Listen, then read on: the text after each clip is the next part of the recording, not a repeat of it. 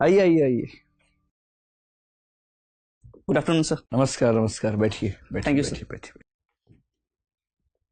आपका नाम है दीपक कुमार, यस सर। ठीक है।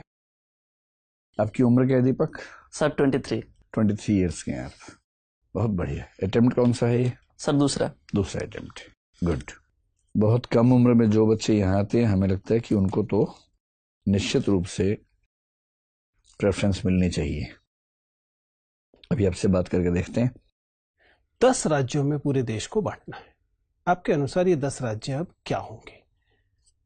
अभी आप जानते हैं कि पहले भाषा के आधार पर बनाए गए, फिर संस्कृति के आधार पर बनाए गए, अलग अलग विकास के आधार पर बनाए गए। अब इतने ज़्यादा हो गए हैं, उसकी कोई औचित्य नहीं है क्योंकि कम्युनिकेशन बढ़ गया है। अब उतने दूर दूर की परेशानी नहीं है। 10 राज्यों में बनाना है। बताइए ये राज्य क्या होंगे?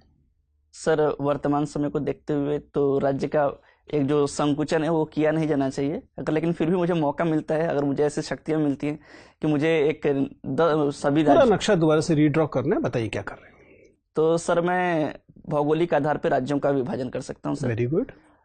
जो मध्य भारत, जो उत्तर के गंगा के मैदानी भाग हैं, उनको एक राज्य में कर दिया। एक हो गया गेंजेटिक प्लेन्स। Yes sir. ठीक है। और दूसरा सर जो डेक्कन्स के इलाके हैं, जो प्लेटू इलाका है, उसे एक स्टेट में कर सकते हैं सर। थर्ड सर जो, पठारी राज्य हो गया। हाँ सर। ठीक।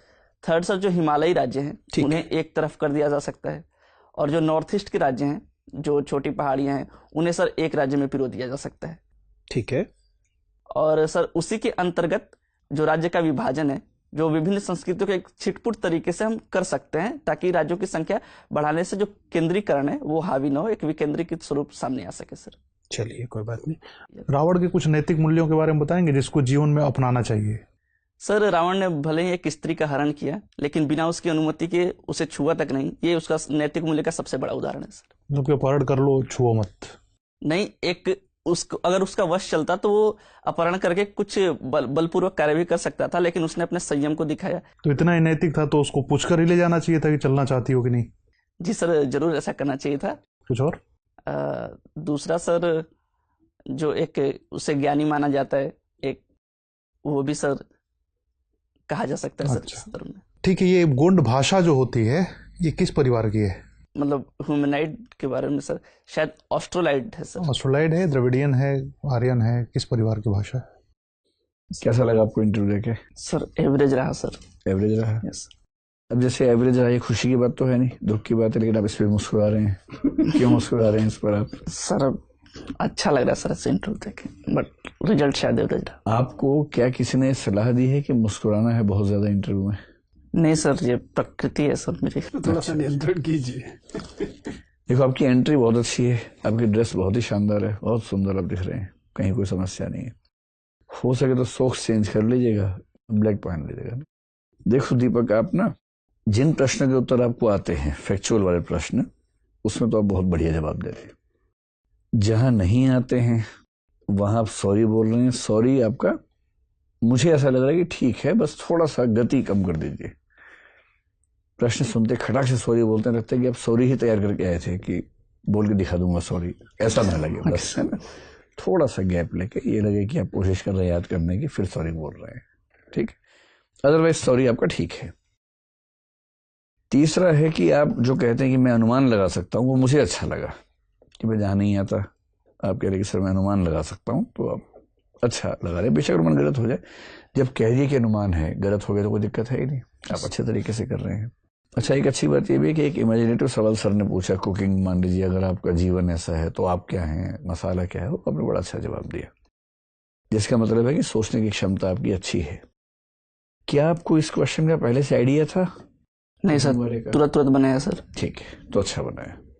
लेकिन अगर तुरंत बनाया आपने, तो फिर ये बताओ कि जब मैंने प्रकाश का इतिहास पूछा तो मुझे बार बार आपको ट्रैक पे लाना पड़ा कि मैं प्रकाश का इतिहास पूछ रहा हूँ, दीपक का धार्मिक पूजाओं का इतिहास नहीं पूछ रहा हूँ। ऐसा क्यों हो रहा था? सर आपको देख के एजिटेट हो गया। तो ये कोई बात देखना है। लेकिन गोटोल आपने अच्छा बताया, लेकिन गोटोल तो आपको पता होना चाहिए ना, उसमें तो सेक्सुअल एजुकेशन भी उसका पार्ट होता है। सर मुझे एक्चुअली याद नहीं था, मुझे लग रहा था कि होगा सेक्सुअल एजुकेशन, लेकिन पूर्ण नहीं था, इसलिए सर वो बोलती। अच्छा, कोई बात नहीं। लेकिन अब क्योंकि उस ट्राइब से हैं और उस ट्राइब के बहुत यूनिक फीचर्स में एक ये है कि एस्ट्रोनॉमी है, तो पता होना चाहिए आपको उसके बारे में।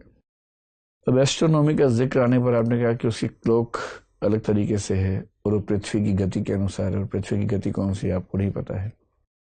तो जब आप खुद एक विशेषता अपनी ट्राइब की बता रहे हैं तो उसमें आपको ठीक से पता होना चाहिए, पढ़ा होना चाहिए आपने, है ना।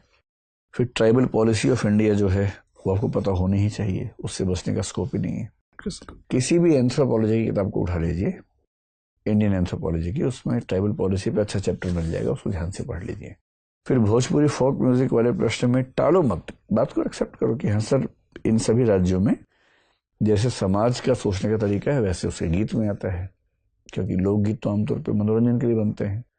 एक दो एग्जाम्पल देकर समझाइए कि सर जैसे इसमें रंगभेद दिखता है। जैसे मैं हरियाणा से हूँ, वहां का सबसे प्रसिद्ध गीत है जीजा तू काला में गोरी घड़ी, रंगभेद का गीत है, इसमें क्या परेशानी है। आपकी जो कल्चर है भोजपुरी लैंग्वेज में, उसमें ऐसे कई गीत होंगे जिसमें कहीं रंग भेद होगा, कहीं जाति भेद होगा, कहीं लिंग भेद तो भरा होगा, महिलाएं केवल सुंदर वस्तु के रूप में आती होंगी। तो ऐसे कुछ उदाहरण देके आप समझाइए अगर ऐसा कोई प्रश्न पूछा जाए ना। जो सबसे बड़ी चिंता की बात है कि अंत में मैंने आपसे पूछा जोक सुनाओ, और आपने जो सुनाया है उसमें आपने एक शब्द का इस्तेमाल किया, एक आप समझ रहे हैं कि आईएएस के इंटरव्यू के बोर्ड में इन शब्दों का प्रयोग इसका क्या मतलब होगा। सर मैं तैयार ही नहीं था, मुझे समझ नहीं है कि मैं क्या बोल रहा हूँ। ये प्रश्न इसीलिए होता है कि आप तैयार नहीं है। अगर ये भी सिलेबस में लिख के देंगे कि जो याद करके आओ, तो फिर क्या पूछने को रह जाएगा। ये जो इंस्टेंट रिएक्शंस होती हैं उससे पता लगता है कि दरअसल उस व्यक्ति का सोचने का तरीका क्या है। तो इससे अच्छा था बोलते सर मैं भी याद नहीं कर पा रहा हूं। ये तो मैंने बीच में रोक दिया, वरना आप अभी 2-3 और मुहावरे बीच में लेके आते है ना। मुझे ही लगा कि मैं गरिमा का ध्यान रखूं पूरे बोर्ड की। तो भाई ऐसे शब्दों का इस्तेमाल मतलब करना तो बाहर भी नहीं चाहिए, लेकिन बोर्ड में तो नहीं करना है। ठीक है। और पूरे इंटरव्यू का सार ये है, मुस्कुराओ कम। अब जैसे एकदम ठीक हो, जितना मुस्कुराना चाहिए वहां मुस्कुराओ जहां मुस्कुराने की बात हो, वरना क्या होता है कि चुभता है। क्योंकि आपसे सीरियस सवाल पूछ रहे हो और आप सुनते हुए मुस्कुरा रहे हैं, तो ऐसा लगता है कि आप इस भाव से देख रहे हैं कि हाँ पूछ रहे क्या पूछेगा, बहुत देखे तेरे जैसे मैंने, ये भाव आता है मन में। तो वहां मुस्कुराहट चुभती है, उससे बचिए। बाकी अच्छी बात है कि आपकी एज कम है, कॉन्फिडेंस आप में जबरदस्त है, दिखते स्मार्ट हो। मेरा अनुमान है कि आपकी रेंज तो है बहुत शानदार। मुस्कुराओगे कम, डरोगे नहीं, इमेजिनेटिव किस्म के प्रश्नों पर अच्छा जवाब जरूर दोगे, भाषा ठीक रखोगे, तो प्रॉपर आईएएस से नीचे कुछ नहीं मिलेगा। आपके और आपके आईएएस बनने के बीच में एक ही व्यक्ति है बस, वो आप ही हैं। ठीक है, डरो मत। ये जोक यहां सुन लिया अच्छा हुआ ना, कल को वहां सुनते इसका पूरा पर्पस यही है ना कि यहां वो गलतियां पकड़ में आ जाए जो वहां नहीं होनी चाहिए। तो मेन काम मुस्कुराहट कम रखनी है, ऐसी भाषा का इस्तेमाल नहीं करना है। जो पूछें टू द पॉइंट वही बताइए, घूमी मत दाएं बाएं। और नॉलेज आपकी ठीक है, बस ट्राइबल एस्पेक्ट में थोड़ा सा पढ़ लीजिए, बाकी सब ठीक है एकदम। ठीक है, all the best. Thank you sir. IAS बन के ही लौटना। Okay sir.